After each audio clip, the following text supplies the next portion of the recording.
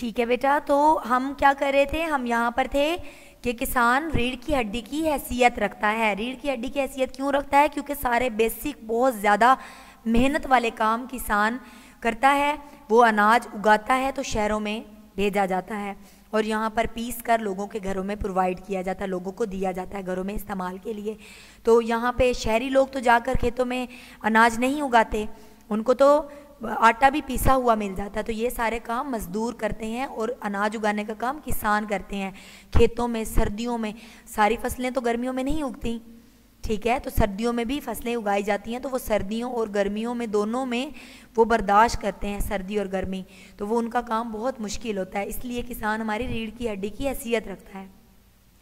इसलिए हमें हर छोटे बड़े इंसान को उसके पेशे की वजह से उसकी इज्जत हमें करनी चाहिए। पेशे की वजह से उनको ज़लील ख्वार नहीं करना चाहिए, क्योंकि किसान अगर ये मेहनत ना करे तो हमारे तक ये चीज़ें ना पहुँचें और हम इन सारी चीज़ों से महरूम हो जाएं। इसलिए हमें हर अपने मुसलमान भाई की इज़्ज़त और एहतराम करना चाहिए। कोई भी काम छोटा और बड़ा नहीं होता, वो लोग हमारे लिए मेहनत करते हैं, वो हमारे मुसलमान भाई हैं, तो हमें उनकी इज़्ज़त और एहतराम करनी है। अगर वो ना हो तो शहरों में कारखाने ना मिले हों, कारखाने ना मिले हों, ठीक है, ना कारखाने हों और ना मिले हों।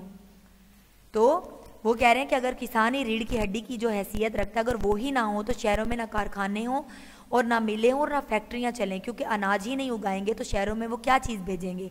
और अगर शहरों में अनाज नहीं आएगा तो वो कारखाने या मिले उनको पीस कर आटा बनाकर कैसे लोगों तक पहुंचा सकते हैं। तो इसलिए वो रीढ़ की हड्डी की हैसियत रखते हैं। और तिजारत भी नहीं हो सकती उनके बगैर, क्योंकि वो जितना ज़्यादा अनाज उगाते हैं या जो भी चीज़ वो उगाते हैं, जैसे कि हमारी कपास, चावल, ये चीज़ें एक्सपोर्ट होती हैं, तो अगर वो चीज़ें ना बनाएं तो हम दूसरे मुल्कों के साथ तिजारत करके ज़र मुबादला नहीं कमा सकते, हम अच्छी कीमत उनसे अच्छी कीमत वसूल नहीं कर सकते। ज़ाहिर है हमारे मुल्क किस तरह काम कर रहे हैं, हम किसी मुल्क से कोई चीज़ लेते हैं और किसी को कोई चीज़ देते हैं, तो इंपोर्ट और एक्सपोर्ट का काम चलता है। तो हम कोई चीज़ जो हमारे मुल्क में अच्छे तरीके से उग सकती है, हमारे किसान मेहनत करते हैं और उनको वो चीज़ प्रोवाइड करते हैं, तो ये उनकी मेहनत होती है, तो जिससे कारखाने और मिलें चलती हैं और तिजारतें होती हैं। तो ये सब उन्हीं की बदौलत है। वो देहात में इखलाकी फ़िज़ा शहरों के मुकाबले में बेहतर होती है। इखलाकी फ़िज़ा यानी कि लोग इखलाकन बात करने में उनका अंदाज़े बयां बहुत अच्छा होता है, वो एक दूसरे के साथ बहुत अच्छे तरीके से बात करते हैं। उनकी इखलाकी फ़िज़ा शहरों के मुकाबले में बेहतर होती है। शहरों में ज़्यादातर खुद गर्जी पाई जाती है, हर कोई रेस में लगा होता है कि मैंने जॉब करनी है तो मेरी ये टाइमिंग्स हैं और ये वो। लेकिन देहात में जो होता है उन लोगों को एक दूसरे का पहले ख्याल होता है। अगर देहात में किसी बंदे के ऊपर कोई मुसीबत आ जाए तो 10 लोग इकट्ठे होकर उसकी बात सुनते हैं, वो अपने काम काज को छोड़ देते हैं।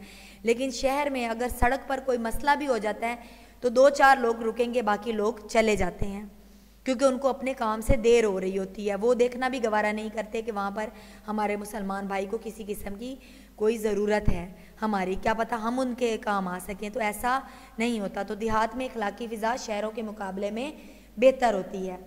देहात में लोग अपने बड़ों का अदब करते हैं। तो देहात में लोग अपने बड़ों का अदब करते हैं, क्यों करते हैं? क्योंकि उनको बचपन से वो चीज़ सिखाई जाती है।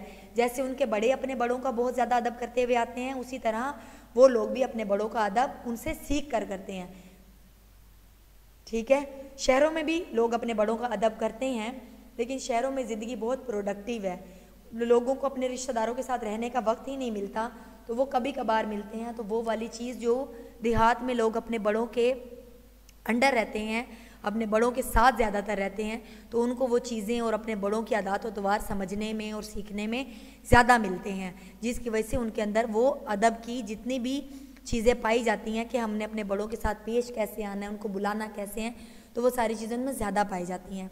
वो फ़रेबकारी में बहुत कम माहिर होते हैं, तो वो फ़रेब बहुत कम कर सकते हैं, उनको चालाकी, चापलूसी, खुशामद नहीं आती। वो लोग सीधे साधे होते हैं और अपना काम करके वक्त पर और उसके मुताबिक वो लोग उसका मुआवजा लेना पसंद करते हैं। तो वो फ़रेबकारी में माहिर नहीं होते, वो लोगों को नुकसान नहीं पहुंचाते, वो लोगों को फ़ायदा मंद साबित होते हैं लोगों के लिए। वहाँ की औरतें भी